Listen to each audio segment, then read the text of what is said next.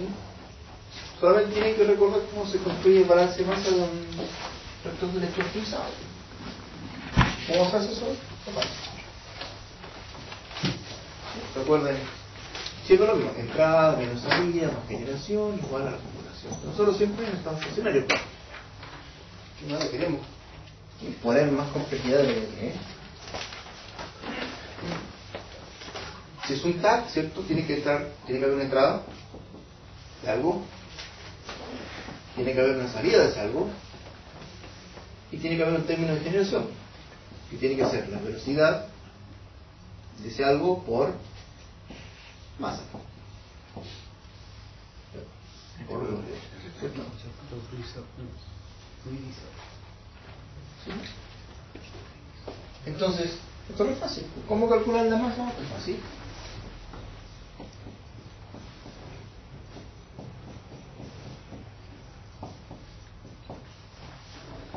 ¿Sí? Si lo que hacemos escribir en términos del tolueno es el flujo tolueno inicial menos el flujo tolueno en cualquier momento, partido por la velocidad de reacción del tolueno, de descomposición del tolueno. ¿Se acuerdan que decíamos que Ft era Ft0 menos Ft0 por X?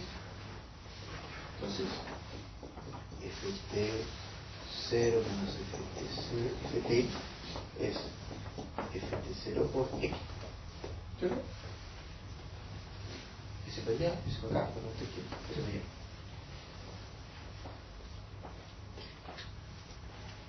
¿Sí? Entonces ustedes simplemente pueden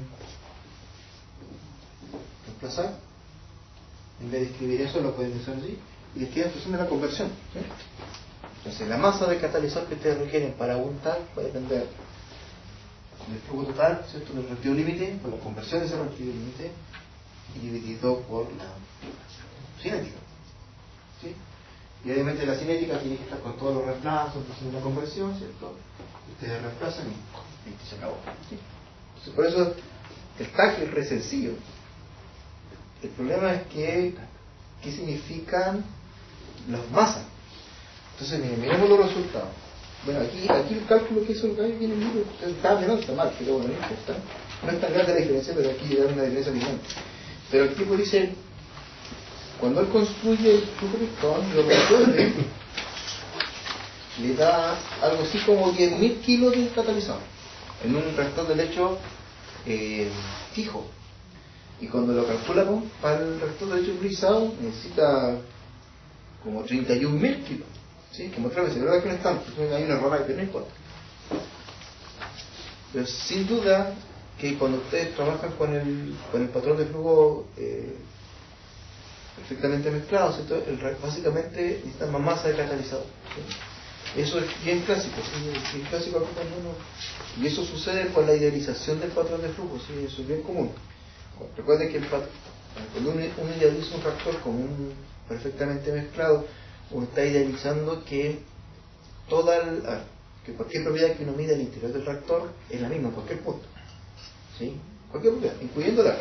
Entonces, ¿qué pasa? Que si estoy evaluando R para un valor de conversión, no sé, digamos 69%, ¿sí? Generalmente CR implica valores, un valor más o menos alto de conversión. Pero la medida, recuerden que R es la velocidad a la que se descompone todo esto, ¿sí? Entonces, en la medida en que avanza la reacción, R tiene que ser una función que tiene que descender, ¿sí? Porque obviamente se está consumiendo toluenos son reactivos, entonces en la medida en que avanza la reacción, se consume el reactivo y por tanto va quedando cada vez menos. De hecho, cuando la conversión es 1, la velocidad de transformación del reactivo tiene que ser 0, si ya no hay más. No puede haber velocidad de conversión cuando no hay el reactivo. Entonces, necesariamente una función que tiene que ir bajando. Entonces, cuando uno evalúa un reactor, generalmente esta expresión está evaluada en la condición de salida, ¿cierto? Porque uno dice que en un TAC, según ese patrón idealizado de flujo, uno dice que ese valor de conversión, que es el mismo en cualquier punto, es exactamente la conversión a la salida. Entonces, la conversión de la salida es la conversión en todo el TAC. Entonces, esa velocidad se evalúa a valores de conversión pequeños. Entonces, cuando uno evalúa para conversiones importante, en la medida en que la conversión es más importante, la velocidad cada vez más chiquitita. Y cuando uno está hablando chiquito, uno está diciendo que esa velocidad es chiquita en todo el reactor. Y cuando uno dice que la velocidad es chiquitita, lo que pasa es que el reactor comienza a crecer. ¿Sí? Porque uno tiene que garantizar que esa condición esté en todo el reactor.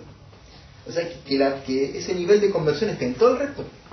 Y para garantizar, para ese patrón de flujo ideal, que la conversión es así de baja, es que el reactor tiene que tener un tiempo de resistencia importante. Porque tiene que garantizar que todo el reactor tenga conversión baja. Y para poder garantizar tiempo de resistencia pequeño, grande, es porque el volumen tiene que ser grande. ¿Sí? Entonces, generalmente los TAC tienen esa tendencia. Cuando uno modela un TAC y lo compara con el RTP, generalmente tienden a como a agigantarse los equipos. Pero es por el patrón idealizado. ¿Sí? Uno está idealizando una cuestión. La verdad que en un reactor real esa diferencia no es tan alarmante, pero en un patrón de flujo idealizado sí crece bastante. Entonces,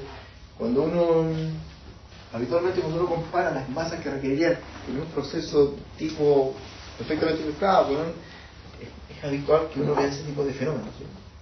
Vea que las masas crecen, que los volúmenes crecen si fuese un reactor homogéneo. Los volúmenes crecen de forma